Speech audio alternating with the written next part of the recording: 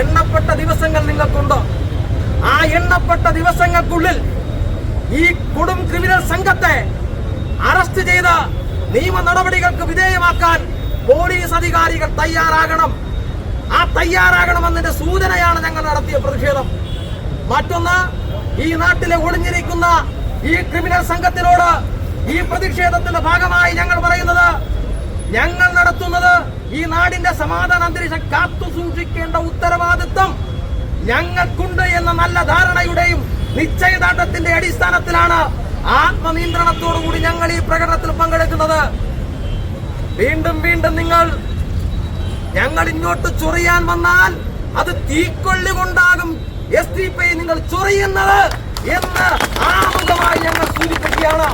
CPIM നിങ്ങൾക്കറിയാം, 10 വർഷത്തിന് മുമ്പ് ഇവിടെ ശ്രീകൃഷ്ണ ജയന്തിയുമായി ബന്ധപ്പെട്ട RSS ഇവിടെ തയ്യാറാക്കിയ കൊടിയും അതുമായി നടത്തിയ പ്രകടനവും ആ ചന്തയ്ക്കകത്ത് പാവപ്പെട്ട കച്ചവടക്കാരെ ആക്രമിക്കാൻ RSS മുന്നോട്ട് വന്നപ്പോ അതിന് ബദലായി ക്രിമിനൽ സംഘങ്ങളായ SDPI മുന്നിലിറക്കിയപ്പോ അതിനെ നടക്കുന്നുകൊണ്ട് ഈ സമാധാന അന്തരീക്ഷ ഭാഗമായി RSSനെ ചെറുത്തത് ഞങ്ങളാണ്.